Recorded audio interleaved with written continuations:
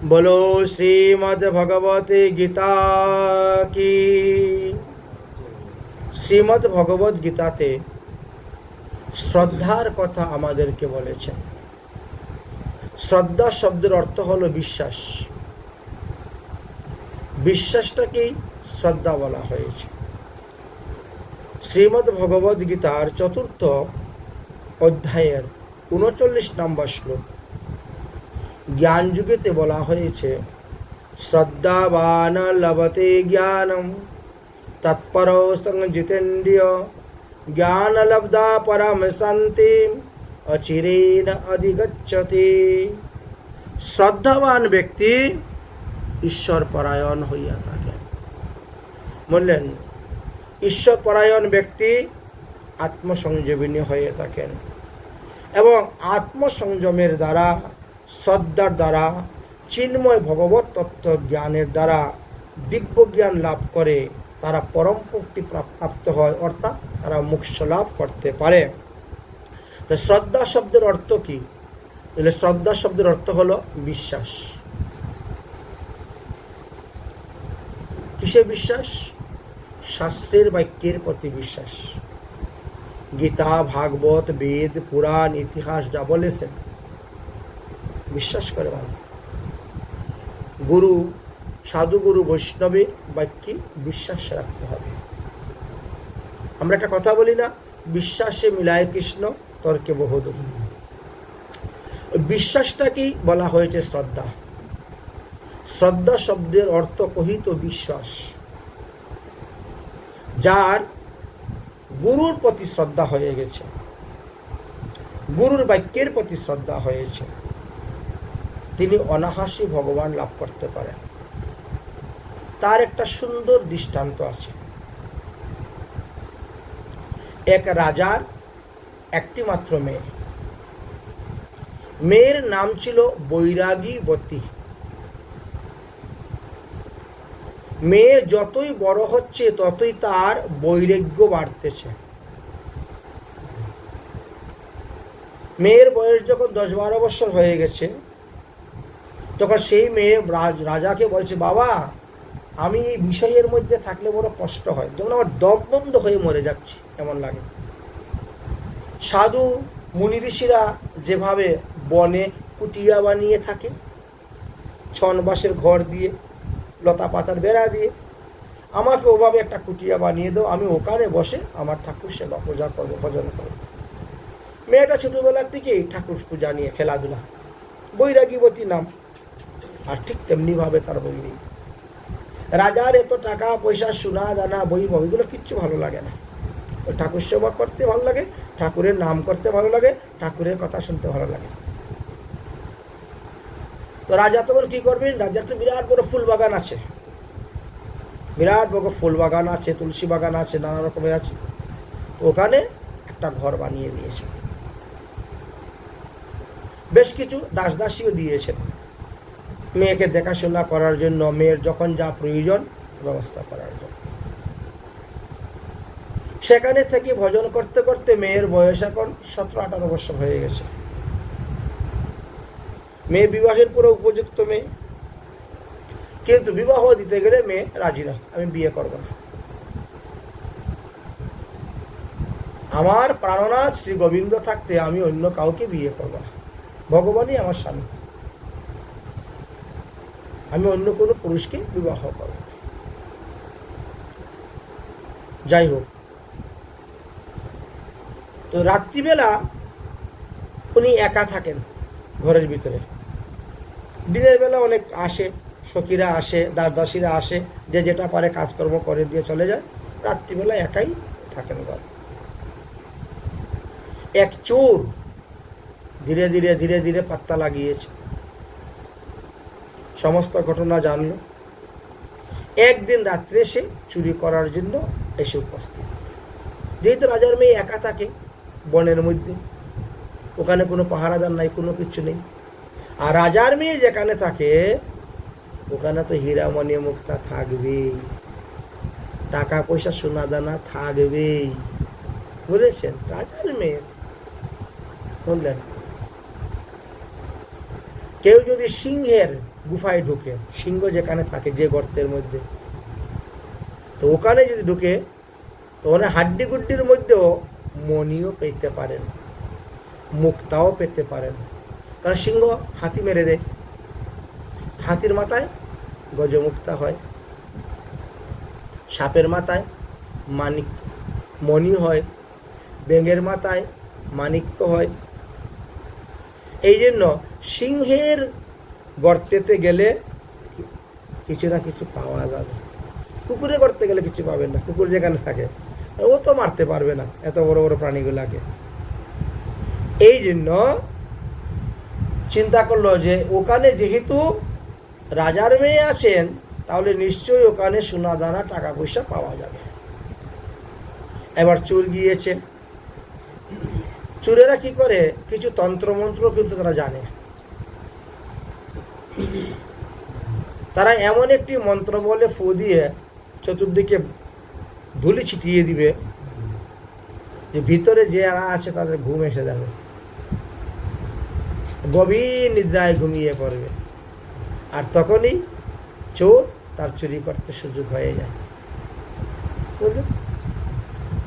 এবার রাজার মেয়ে চিন্তা করছে কি ব্যাপার, আমার এখনো হরিনামের মালা পূর্ণ হলো না, অথচ আমার ঘুম এসে যাচ্ছে। ঘুম আসতেছে কেন? একটু একটু শব্দও পাচ্ছে, যেন পিছনে কে হাঁটাহাঁটি করতেছে। কি ব্যাপার, আজ এতদিন ধরে আমি থাকি, কোনোদিন তো কোনো রকম কোনো ভয় পাই নাই, কোনো শব্দ পাই নাই, কোনো আওয়াজ পাই নাই, ব্যাপারটা কি? তো রাজার মেয়ে তখন একা একা কথা বলতে শুরু করে দিয়েছে। একা একা কথা বলছে।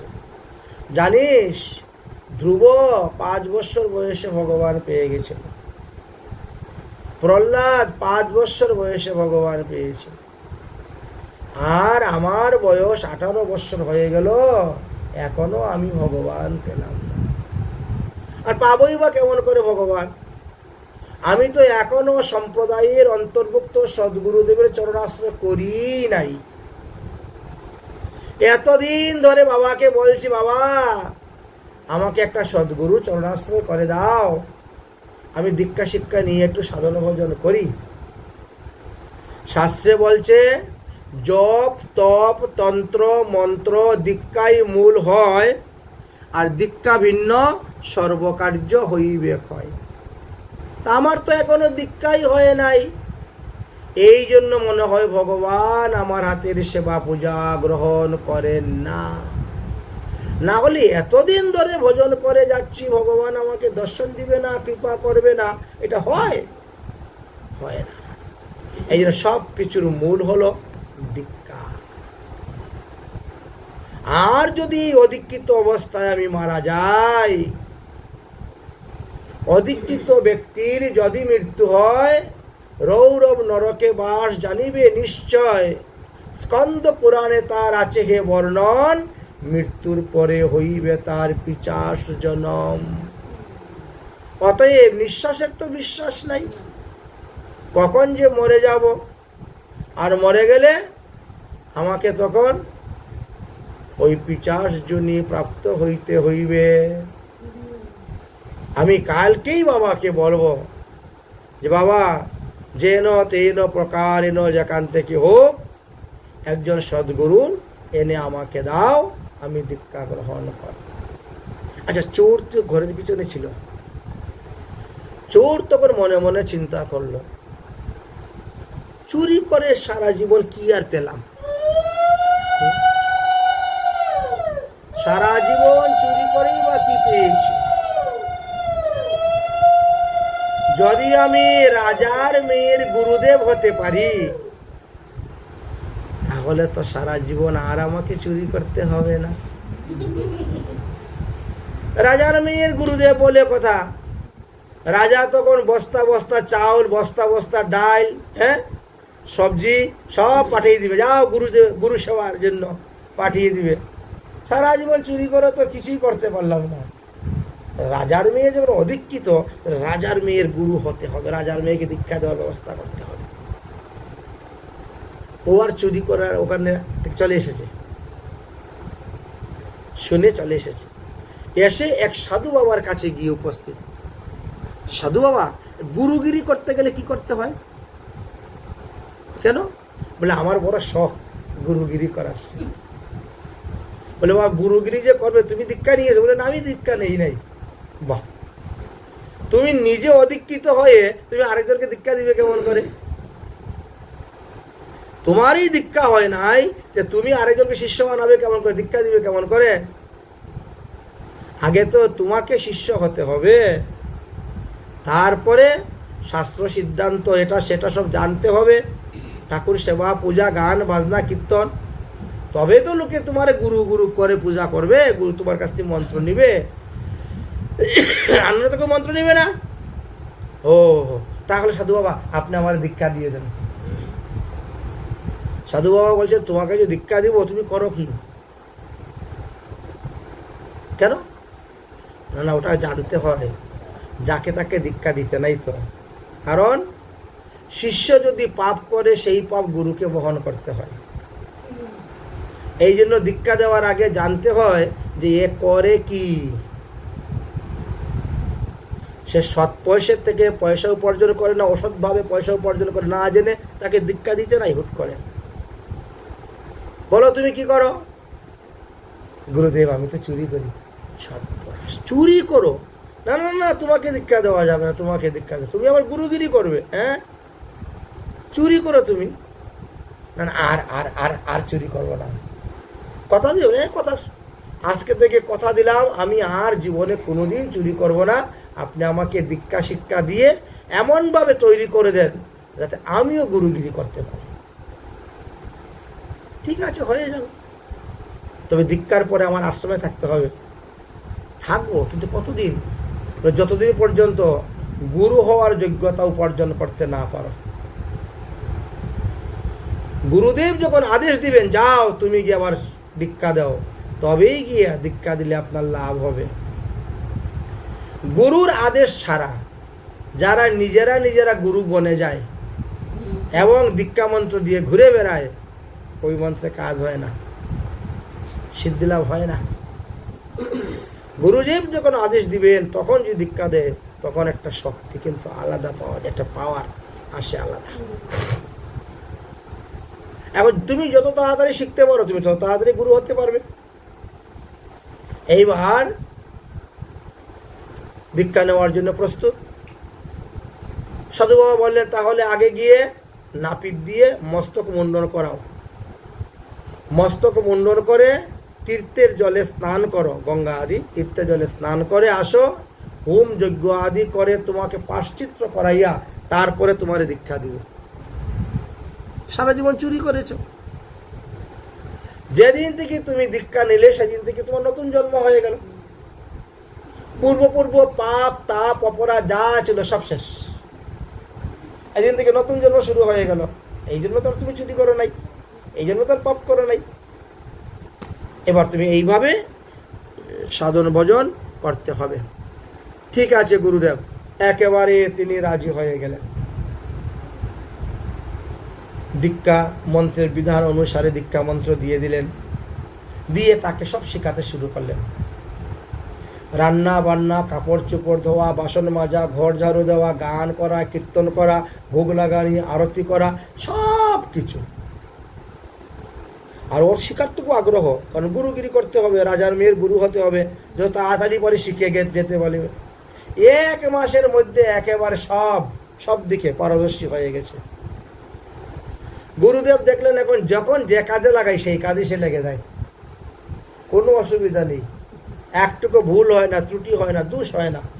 ওটা কর, বাস করে নিচ্ছে সুন্দরভাবে, যেভাবে গুরু শিখিয়েছে সেইভাবেই, কোনো ভুল নেই।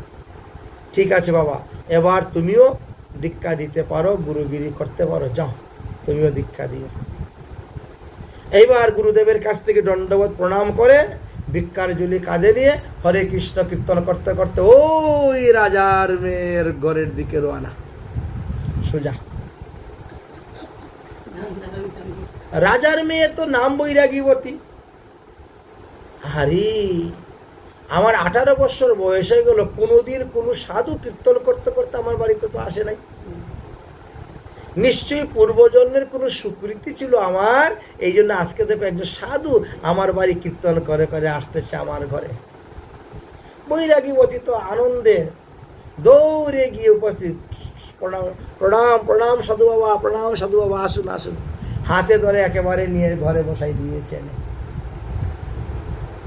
বলে হাতে ধরে এনে একদম ঘরে বসাই দিয়েছেন।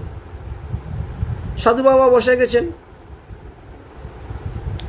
সাধু বাবা বসার পরে এবার আলোচনা হচ্ছে, কথাবার্তা হচ্ছে। তো বৈরাগীবতী বলছে, সাধু বাবা বলেন আমি আপনার কি সেবা করতে পারি, আমি আপনার কি সেবা করতে পারি বলুন। সাধু তখন বলছেন, আমাকে এক গ্লাস জল খেতে দাও, আমি জল পান করব, আমাকে এক গ্লাস জল খেতে দাও। তো বৈরাগীবতী সঙ্গে সঙ্গে এক গ্লাস জল এনে দিয়েছে, এই নেন জল পান করব। জল পান করতে গিয়ে বলছেন, তুমি যে আমাকে জল দিচ্ছ খাওয়ার জন্য, তোমার কি দীক্ষা হয়েছে? বৈরাগীবতী বলছে, না আমার তো দীক্ষা হয় নাই। তাহলে তো তোমার হাতের জল গ্রহণ করা যাবে না। শাস্ত্রে লেখা আছে, অধিকৃতানাং লোকানাং দুর্সং সিন্নু বনারণে অন্নবিষ্ট সমতুল্য মূত্র এবং সমস্ত। এখন যে ব্যক্তি অধিকৃত, তার হাতের জল প্রস্রাবের সমতুল্য পবিত্র, তার হাতে রান্না বিষ্টার সমতুল্য পবিত্র। অধিকৃত ব্যক্তির হাতের জল অন্ন গ্রহণ করা নিষিদ্ধ। তো তোমার যখন দীক্ষাই হয় নাই, অতএব তোমার হাতের জল অন্ন আমি গ্রহণ করব না।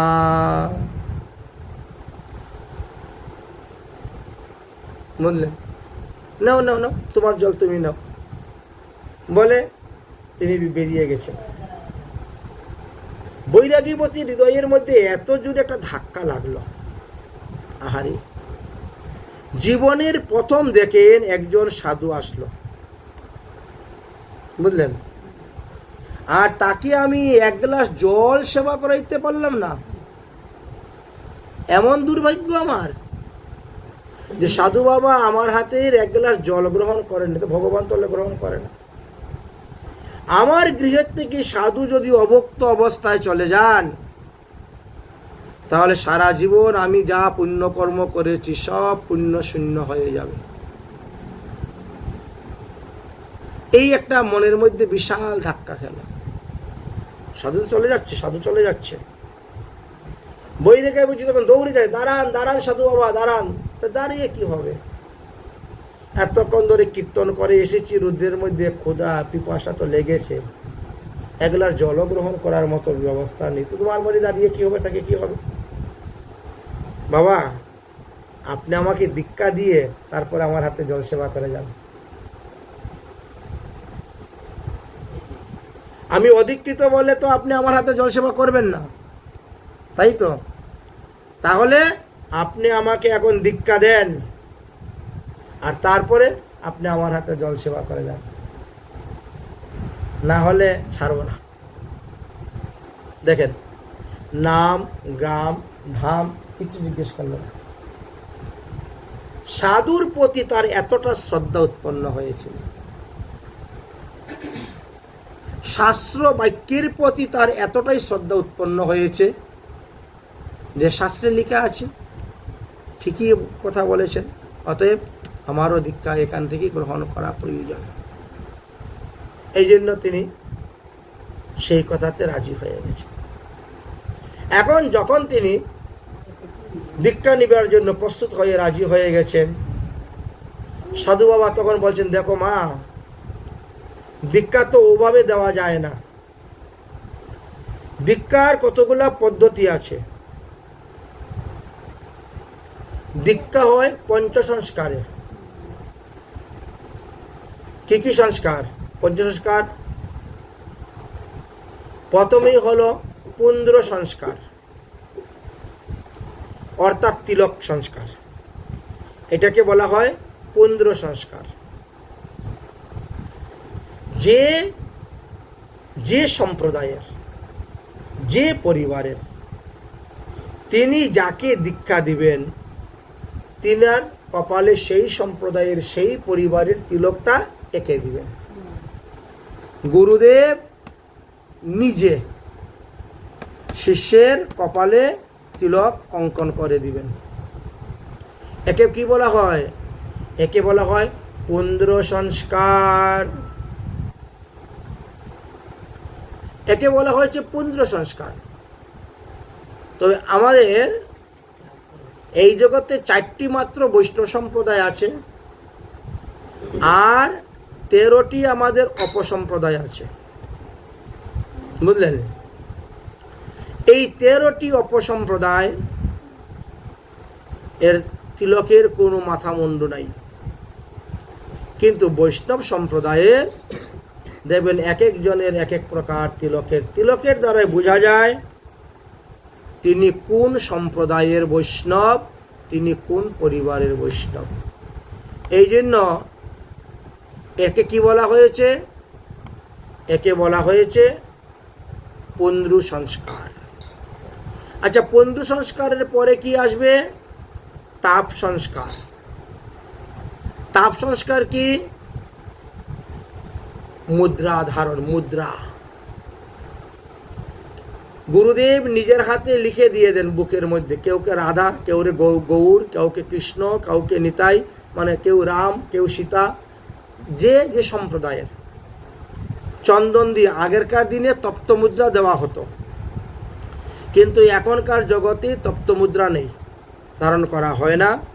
তপ্ত মুদ্রার পরিবর্তে এখন চন্দনাদি দিয়ে বা রাধাকুণ্ডের রস বা ইত্যাদি দিয়ে, গোপী চন্দন দিয়ে লিখে দেওয়া হয়। একে বলা হয় তাপ সংস্কার। প্রথম গেল পুণ্ড সংস্কার, দ্বিতীয় গেল তাপ সংস্কার, তৃতীয় হবে যাগ সংস্কার।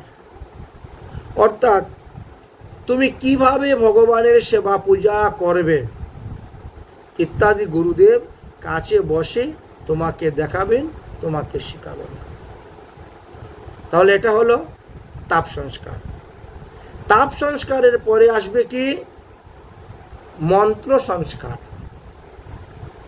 তোমার ডাইন কানে দীক্ষা মন্ত্র দেওয়া হবে, আর বাম কানে দেওয়া হয় শিক্ষা। এই জন্য ডাইন কানে দীক্ষা, বাম কানে চৈতন্য মন্ত্র দেওয়া হয়ে থাকে। অতএব তোমাকে ডাইন কানে দীক্ষা মন্ত্র দেওয়া হবে। যে মন্ত্রটা তিনি গুরুদেবের কাছ থেকে পেয়েছেন, গুরু পরম্পরা অনুসারে যে মন্ত্র এসেছে সেই মন্ত্র দেওয়া হবে। আচ্ছা, আর কি হবে? নাম সংস্কার হবে। এখন তোমার যে নামই থাকুক না কেন, দীক্ষা নেওয়ার পরে তোমার নামের পরিবর্তন হয়ে যাবে। নামের পরে তোমার দাস উপাধি লাগবে। তুমি আজ থেকে ভগবানের দাস। এই জন্য যারা বৈষ্ণব তাদের অমুক দাস, তমুক দাস এরকম নাম থাকে, বুঝলেন? ভগবানের দাস হয়ে গেলেন তিনি। তো এইভাবে 5টি সংস্কারের দ্বারা যে দীক্ষা দেওয়া হয়, এটাই হলো প্রকৃত দীক্ষা পদ্ধতি। শাস্ত্র অনুসারে দেখা যায় পঞ্চ সংস্কারে হয় গৃহস্থ বৈষ্ণবদের দীক্ষা, পঞ্চ সংস্কারে।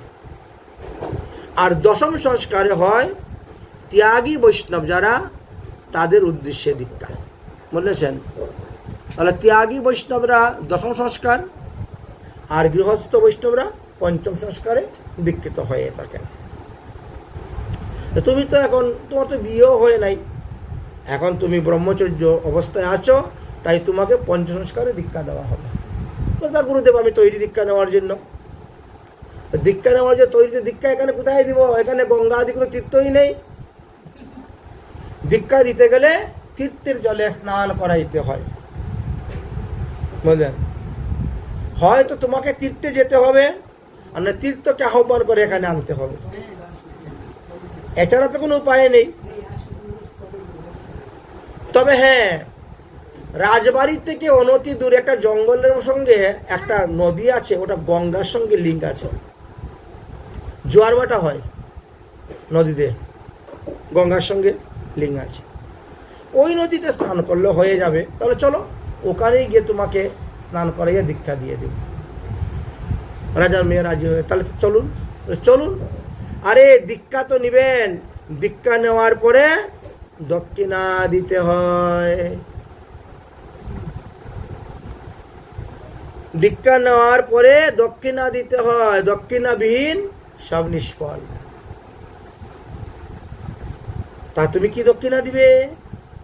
বলে কেন, আমার ঘরে যা আছে সব আমি আপনাকে দান করে দেব। আমি সাধু মুখে শুনেছি যে একজন শিষ্য তার সর্বস্ব দান করে দিলেও গুরুদেবের এক অক্ষর মন্ত্রের ঋণ শোধ করতে পারে না। গুরুদেবের দেওয়া এক অক্ষর মন্ত্রের ঋণ শোধ করতে পারে না, তার সর্বস্ব বিষে দিয়ে দেয়। তথাপিও আমার ঘরে যা যা আছে সব আপনাকে দান করে দিব। বলছেন তাহলে দীক্ষা দিব, ওখানে আবার তোমার বাড়ি আবার আসবো দান গ্রহণ করার জন্য? না, আমি তো নিয়ে যাচ্ছি। বৈরাগীবতী সব সোনা দানা টাকা পয়সা হীরা মণি মুক্তা যা ছিল বড় একটা পুটলা বেঁধে মাথায় নিয়ে নিয়েছে। চলুন, যেখানে দীক্ষা দিয়ে দিবেন ওখানেই দান করে দিন। সাধু চিন্তা করলো, তাহলে রাজার মেয়ের গুরু হতে পারলে তো এই যা পাবো এতেই তো আমার 7 পুরুষ খেয়ে শেষ করতে পারবে না। অন্যের কিতা বলবো। নিয়ে রওনা হয়েছে, নদীর তীরে গিয়েছেন, মেয়েটা স্নান করেছে, দীক্ষা দিয়েছে। দীক্ষা দেওয়ার পরে এবার বললেন, দেখো ভজনের অনেক রকম পদ্ধতি আছে। কৃষ্ণ ভজনে কৃষ্ণ প্রাপ্তির আছে বহুবিধ উপায়, কৃষ্ণ প্রাপ্তির তারতম্য বহুবিধ আছে। তুমি যদি আমার মন্ত্রকে বিশ্বাস করে, আমার বাক্যকে বিশ্বাস করে, আমার আদেশ পালন করতে পারো, 7 দিনের মধ্যে তুমি ভগবান পদপদ্ম লাভ করতে পারবে। বৈরাগী তো আরো সন্তুষ্ট। 18 বছর বয়স হয়ে গেল, ভজন করে ভগবান পেলাম না, 7 দিনে পেয়ে যাব। গুরুদেব আপনি যেভাবে বলবেন আমি সেইভাবে ভজন করতে রাজি। বলে তাহলে দাঁড়াও, এই বটগাছের পাশে দাঁড়াও। ওইভাবে দাঁড়িয়ে আমি যে তোমাকে দীক্ষা মন্ত্র দিয়েছি সেই দীক্ষা মন্ত্র জপ করতে শুরু করে দাও। হয়তো তোমার মধ্যে মধ্যে ঘুম এসে যেতে পারে, এই জন্য তোমাকে আমি রশি দিয়ে বেঁধে যাব। পায়ের মধ্যে বান, কোমরের মধ্যে বান, বুকের মধ্যে বান, বা এইভাবে দিয়ে গাছের মধ্যে 7টা পেঁচ দিয়ে 7টা গিট দিয়ে ভালো করে বান দিয়ে যাব। 7 দিন পরে আমি আসব, এসে তোমার বন্ধন খুলে দিব, তুমি ভববন্ধন থেকে মুক্ত হয়ে ভগবত ধামে চলে যাবে। বৈরাগীবতী বলছেন, আমি তাতে রাজি। আমি এই রকমই তপস্যা করতে চাই, আমি এই রকমই ভজন করতে চাই যে 7 দিনের মধ্যে ভগবান পদপদ্ম লাভ করা যায়। উনিও কি করছেন, সেইভাবেই তাকে বন্ধন করে ওই সোনা দানা টাকা পয়সা যা দান করেছিল বৈরাগীবতী, গুরু দক্ষিণা সব নিয়ে চলে গেছে। মনে মনে চিন্তা করছেন, বাহ এইবার আমার আর চিন্তা নেই, আর আমার সারা জীবন চুরি করতে হবে না। এই আনন্দে তিনি আছেন, কিন্তু মনের মধ্যে ভয় আছে। যদি রাজা এই খবর জানতে পারে আর যদি ইনাকে ধরে, তাহলে সাধুটা তো মানবে না, একেবারে শুলে চড়াই দিবে। সেই ভয়ও আছে। সেই ভয়ে তিনি বাইরে দিয়ে তালা মেরে দিয়ে ঘরের ভিতরে বসে আছে।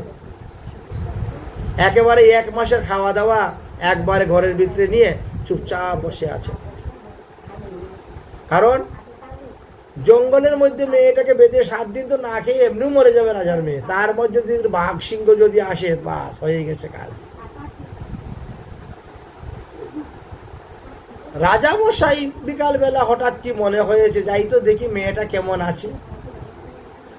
মেয়েকে দেখার জন্য যখন তিনি গিয়েছেন, গিয়ে দেখেন মেয়ে নাই ঘরে, আর সমস্ত কাপড় চোপড় জিনিসপত্র উলট পালট, ওই যে তাড়াহুড়া করে সব বের করে নিয়ে গেছে রাজার মেয়ে, সব এলোমেলো সব উলট পালট হয়ে পড়েছে। সর্বনাশ! আমার মেয়ের ঘরে ওরা ডাকাত ঢুকেছিল, সব নিয়ে চলে গেছে, মেয়েটাকেও কিডন্যাপ করেছে। রাজা মশাই সঙ্গে সঙ্গে চতুর্দিকে ঢোল পিটিয়ে দিয়েছে, চতুর্দিকে লোক বেরিয়ে গেছে, চিরুনি তল্লাশি শুরু হয়ে গেছে। মেয়ে কোথায় গেল, মেয়েকে কে নিয়ে গেল, চিরুনি তল্লাশি শুরু হয়ে গেছে। এখন বলছেন, কেউ কেউ বলছে আমরা দেখেছি এক সাধুর সঙ্গে যাচ্ছে, কোথায় যাচ্ছে কি সেটা তো আমরা জানি না, কোন দিকে যাচ্ছে, ওই দিকে যাচ্ছে, চলো ওই দিকে খোঁজ কর। খোঁজ করতে করতে করতে করতে 3 দিন 3 রাত গত, মেয়ে পাওয়াই যায় না। চতুর্থ দিবসে যখন মেয়েকে পাওয়া গিয়েছে, মেয়ে বান্দা গাছের মধ্যে, যারা খুঁজতে গেছে তারা পেয়েছে। আরে রাজকুমারী, তোমারই অবস্থা কি? 4 দিনের জলন্য সারা, মেয়ের তো মুখ শুকিয়ে গেছে একেবারে। একই তোমার গাছের মধ্যে বেঁধে রেখে দিয়ে, আহারি সোনা রূপা টাকা পয়সা কে সব সব ডাকাতি করে নিয়ে চলে গেছে, তোমাকে কখন কিডন্যাপ করে নিয়ে আসলো, কখন তোমাকে গাছের সঙ্গে বেঁধে রাখলো, আর সোনা দানা সব চুরি হলো, তুমি চিৎকার চেঁচামেচি করলে না কেন, বললে না কেন? সবাই শুরু করে হাই বললাম। রাজার মেয়ে বলছেন, এই কিচ্ছু হয় না, আমি আমার গুরুদেবকে দান করেছি সব, আমি এখন ভজন করতেছি, যা তোরা এখানে হাই হল্লা করিয়ে আমার ভজন নষ্ট করিস না। আমি ভজন করতেছি, এখানে দাঁড়িয়ে দাঁড়িয়ে ভগবানের ভজন করতেছি, আর তোরা হাল্লা করতেছিস, যা যা যা এখান থেকে যা। ওরা গিয়ে রাজামশাইকে বলছেন, মহারাজ আপনার মেয়েকে পাওয়া গিয়েছে জঙ্গলের মধ্যে গাছের সঙ্গে বাঁধা। ইনি নাকি দীক্ষা নিয়েছেন, আর তিনার গুরুদেব নাকি ওই সমস্ত পদ্ধতি করে দিয়ে গাছের মধ্যে বেঁধে রেখে চলে গেছে সবকিছু নিয়ে, টাকা পয়সা শোনা দেয় না। রাজা বলে, এতক্ষণ বাটপাড়ের পাল্লায় পড়েছে মেয়ে আমার, সাধুর পাল্লায় পড়ে নাই, পুরো ঠগের পাল্লায় পড়েছে মেয়ে আমার। রাজা মশাই তো ঘোড়ার গাড়ি করে সঙ্গে সঙ্গে উপস্থিত হয়ে গেছে।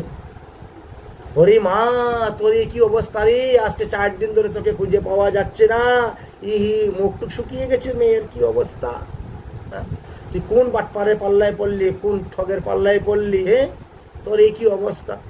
না না না, আমি দীক্ষা নিয়েছি, আমার গুরুদেব বলছেন এইভাবে যদি আমি ভজন করি 7 দিনে ভগবান পাদপদ্ম লাভ করতে পারবো।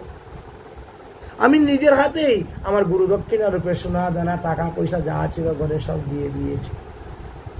আচ্ছা, দিয়ে দিয়েছিস, ভালো করছিস, কিন্তু আমরাও তো দীক্ষা নিয়েছি, আমরাও তো সাধন ভজন করি, সাধন ভজনের তো এইরকম পদ্ধতি কোনোদিন শুনি নাই, এত আচানক কথা, তুই পুরো ঠকের পাল্লায় পড়েছিস, খবরদার আমার গুরু নিন্দা করবেন না। রাজা গেছেন আদরের মেয়ে বন্ধন খুলে দিতে, খবরদার আপনি আমার বন্ধন খুলবেন না, আমার গুরুদেব বলছেন 7 দিন পরে আসবেন, এসে তিনি আমার বন্ধন খুলে দিবেন, আমি ভববন্ধন থেকে মুক্ত হয়ে চলে যাব।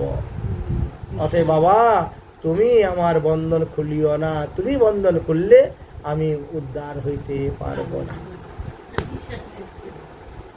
গুরু বাক্যে দেখেন শ্রদ্ধা, বিশ্বাস শব্দের অর্থ হলো শ্রদ্ধা, পারবো না।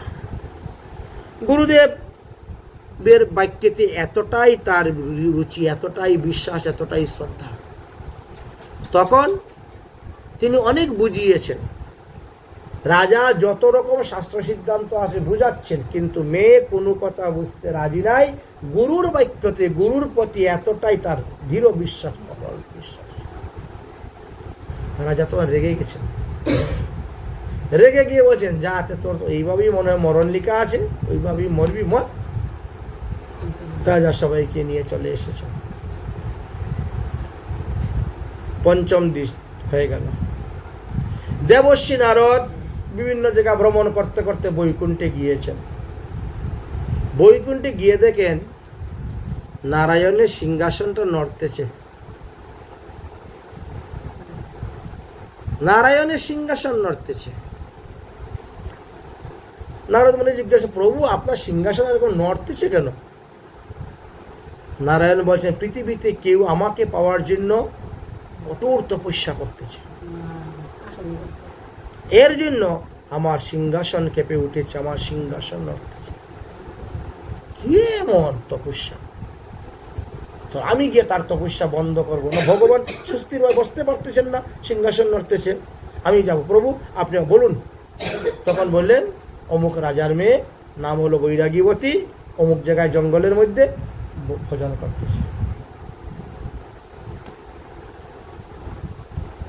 দেবশ্রী নারদ বললেন, তাহলে আমি যাচ্ছি তাকে ভোজন থেকে বিরত করে তাকে আমার বিমানে বসিয়ে বৈকুণ্ঠে নিয়ে চলে আসবে। ঠিক আছে, যাও। দেবশ্রী নারদ বিনা বাদ্য করতে করতে, নারায়ণের গান করতে করতে এসে বৈরাগীবতীর কাছে উপস্থিত। অগো রাজকুমারী বৈরাগীবতী, তুমি তোমার তপস্যায় সিদ্ধি লাভ করে নিয়েছ, আমি স্বয়ং নারায়ণের মুখে শুনেছি। তোমার ভজনে নারায়ণের সিংহাসন কেঁপে উঠেছে, নড়তেছে। অতএব তুমি আমার বিমানে বসো, আমার ঢেকিতে বসো, নারদের ঢেকি, আমার ঢেকিতে বসো, আমি তোমাকে নিয়ে একেবারে স্বর্গে চলে যাব, বৈকুণ্ঠে চলে যাব। এই বলে বন্ধন খোলার জন্য গিয়েছে। যখন বন্ধন খুলতে গিয়েছে তখন বলছে, না না, আপনি আমার বন্ধন খুলবেন না, আপনি আমার বন্ধন খুলবেন না। যদি আপনি আমার বন্ধন খুলে দেন তাহলে আমি কিন্তু ভবসমুদ্র পার হইতে পারব না। আমার গুরুদেব আমাকে বলেছেন যে 7 দিন পরে তিনি আসবেন আর আমার বন্ধন খুলে দিবেন, তবেই আমি ভববন্ধন থেকে মুক্ত হয়ে চলে যাব। তাই আপনি কৃপা করে আমার বন্ধন খুলতে যাবেন না নারদ মুনি। আজকে তো 5 দিন হয়েই গেছে, আর মাত্র 2 দিন বাকি আছে। আমার গুরুদেব আসলে পরে আমি যাব আপনার সঙ্গে গুরুদেব। অতএব আপনি আমার বন্ধন খুলবেন। নারদ মুনি অনেক বুঝালেন, কিন্তু বুঝতে রাজি হলেন না বৈরাগীবতী। নারদ মুনি রওনা হলেন, বৈকুণ্ঠে গিয়ে উপস্থিত হলেন 6ষ্ঠ দিবসে। আসতে একদিন, যাতে একদিন, 6ষ্ঠ দিবসে উপস্থিত হলেন। হে প্রভু, তোমার ভক্তকে আমি অনেক বুঝিয়েছি, কিন্তু তোমার ভক্ত আমার কথা শুনে না। তোমার ভক্ত একমাত্র তোমারই কথা শুনবে। অতএব যাও, তুমি গিয়ে তোমার ভক্তকে বুঝিয়ে সুঝিয়ে নিয়ে আসো।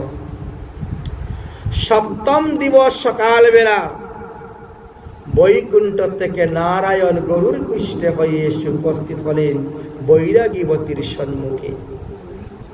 উপস্থিত হয়ে বৈরাগীবতী হাত জোর করে প্রণাম করছেন।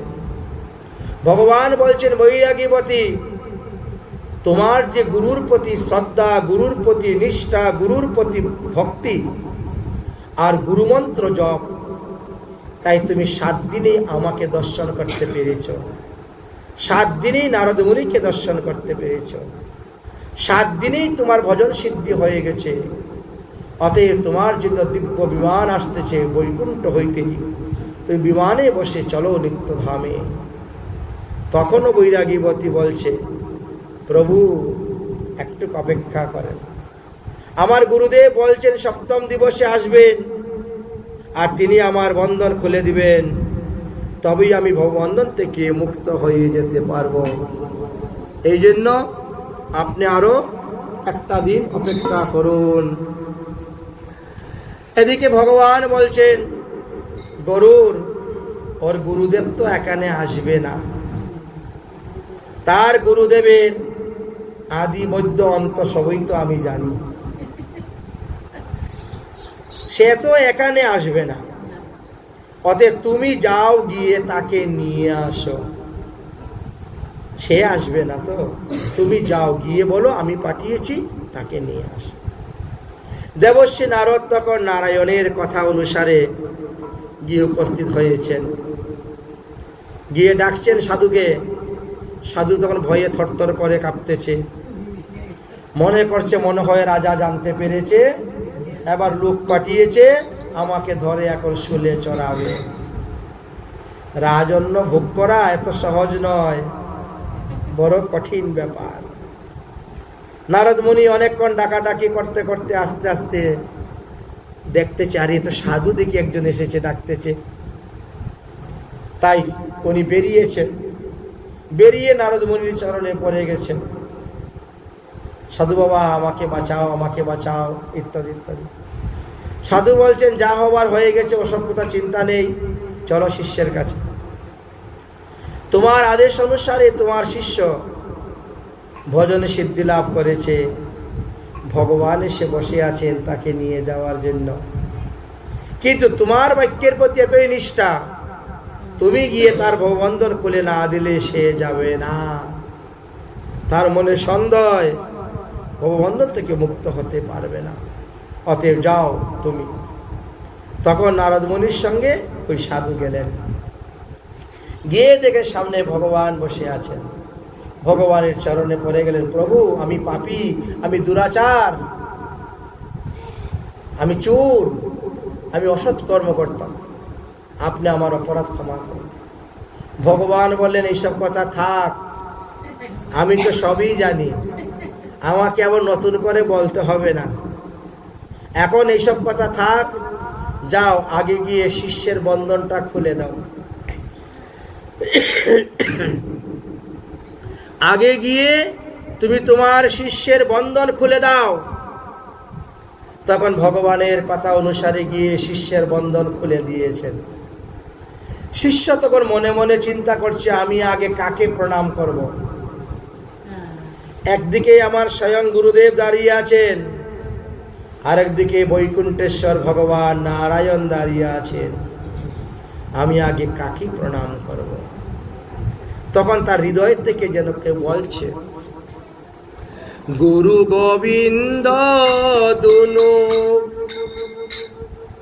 আগে গান পরে বাজনা, আগে বাজনা পরে গান, এটা কখনো হয় না, তাই না?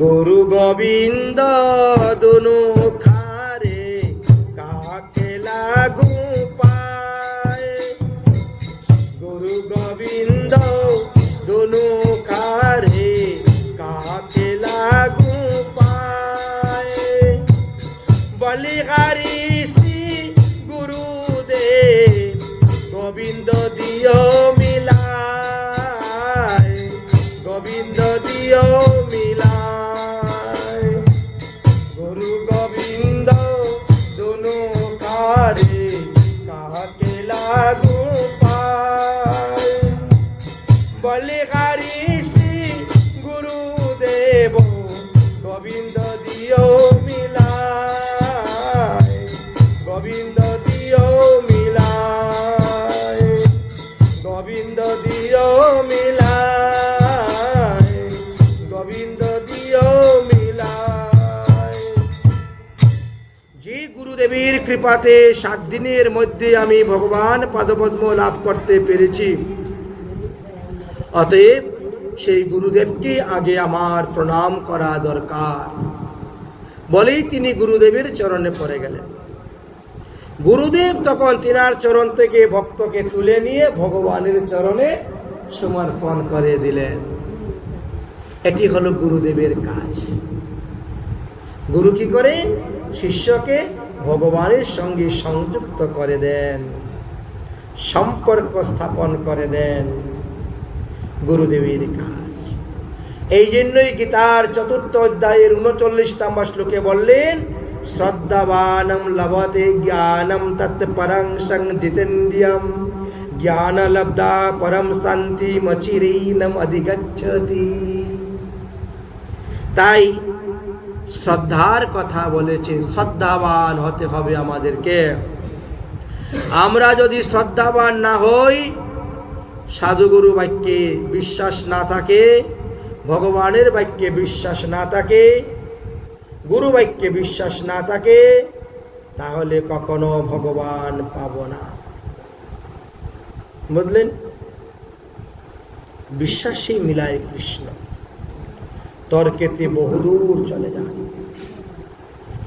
আমাদেরকে দুটি ভাব নিয়ে চলা হয়। এই জগতের মানুষ কেউ আরোহণ পদ্ধতি অবলম্বন করেন, আর কেউ অবরোহণ পদ্ধতি অবলম্বন করেন। আরোহণ মানে কি? নিচের থেকে উপর দিকে যাওয়া, আর অবরোহণ উপর থেকে নিচের দিকে আসা, তাই না? সারে গামা যারা বাজায়, আরোহণ অবরোহণ থাকে।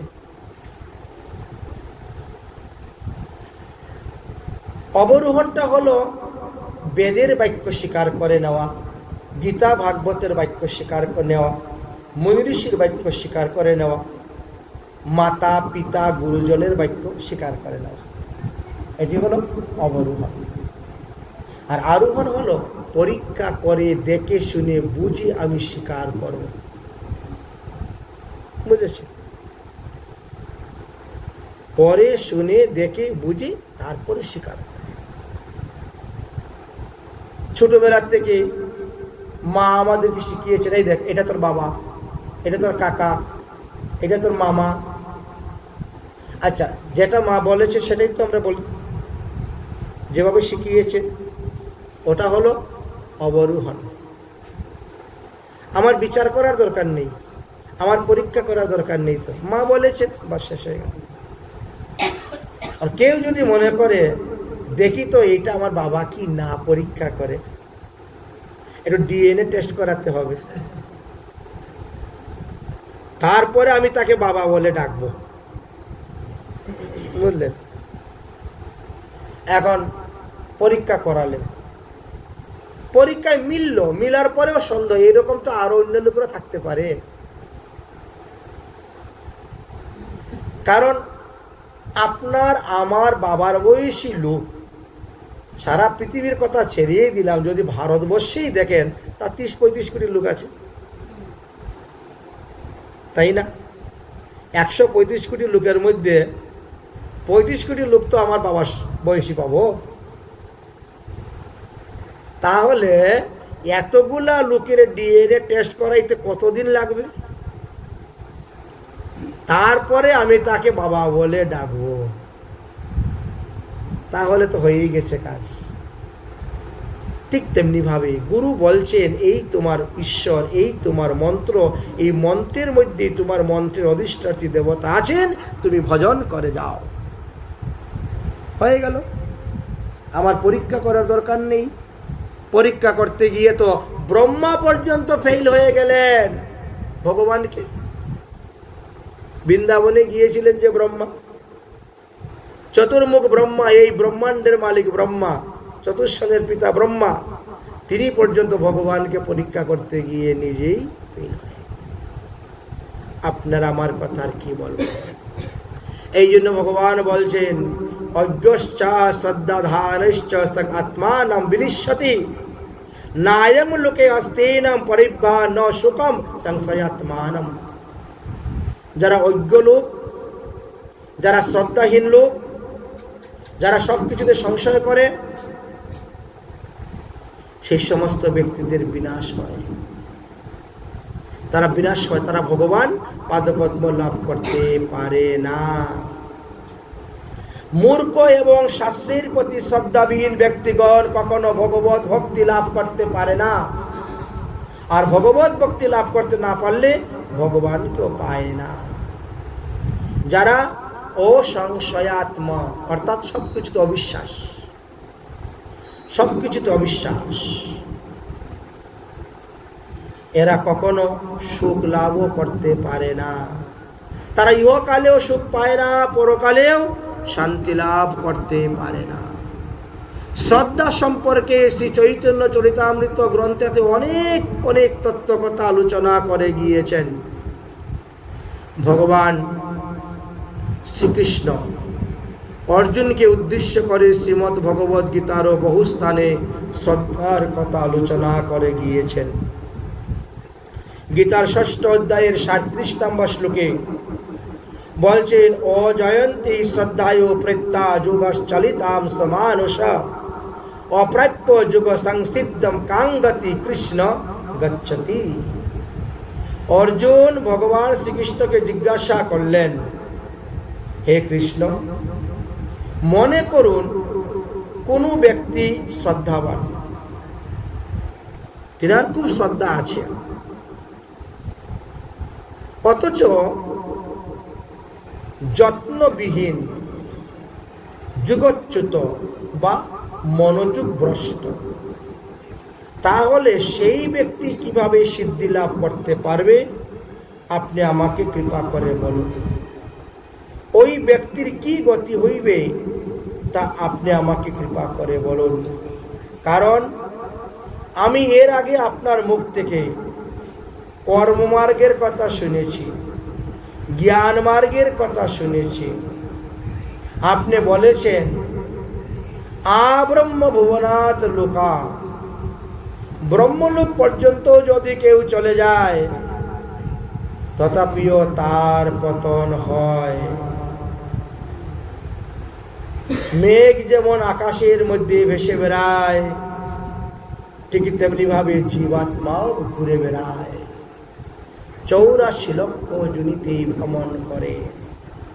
অতএব আপনি কৃপা করে আমাকে বলুন, মনের মধ্যে শ্রদ্ধা আছে কিন্তু যত্ন নেই, আগ্রহ নেই, সেইভাবে পালন করে না, তাহলে তার কি গতি হইবে? ভগবান শ্রীকৃষ্ণ বললেন, হে অর্জুন, তোমাকে তো আগেই বলেছি, আমার ভক্ত যদি যুগভ্রষ্ট হয়ে যায় তথাপিও তার অধুগতি হয় না। এই জন্মে যতটুকু পর্যন্ত ভজন করেছে ততটুকু তার ভজন রয়ে গেল, আগামী জন্মে ওখান থেকেই তার ভজন শুরু হয়ে গেল, ওই ভজনটা থেকে গেল। এই জন্য কেউ দেখবেন অল্প বয়স থেকেই ভগবানের ভক্ত হয়ে ভজন করছে, আর কেউ 60 বছর 70 বছর হয়ে গেছে এখনো দীক্ষার ঘরেই যায় নাই। বলেছেন, এর কারণ হলো পূর্বজন্মের সুকৃতি, দুষ্কৃতির ফল। যোগিনাম অপি সর্বৈঃ মঙ্গতেনার্বাত্মানাম, বলেন যোগিনাম অপি সর্বৈঃ, যোগীগণ ভগবানের কৃপাতে তারা আবার পুনরায় সেখান থেকে ভজন আরম্ভ করে দিতে পারেন, তাদের ভজনে কোনো ক্ষতি হয় না, নষ্ট হয় না। তাই প্রতিটি মানুষই যে যতটা সাধন করবেন, যে যতটা ভজন করবেন, তিনি ততটাই ভজন তার থেকে গেল, এবং আগামী জন্মে সেখান থেকে তিনার ভজন আরম্ভ হয়ে যাবে, তিনি আবার ভজন সাধন করে উত্তীর্ণ হইতে পারবেন।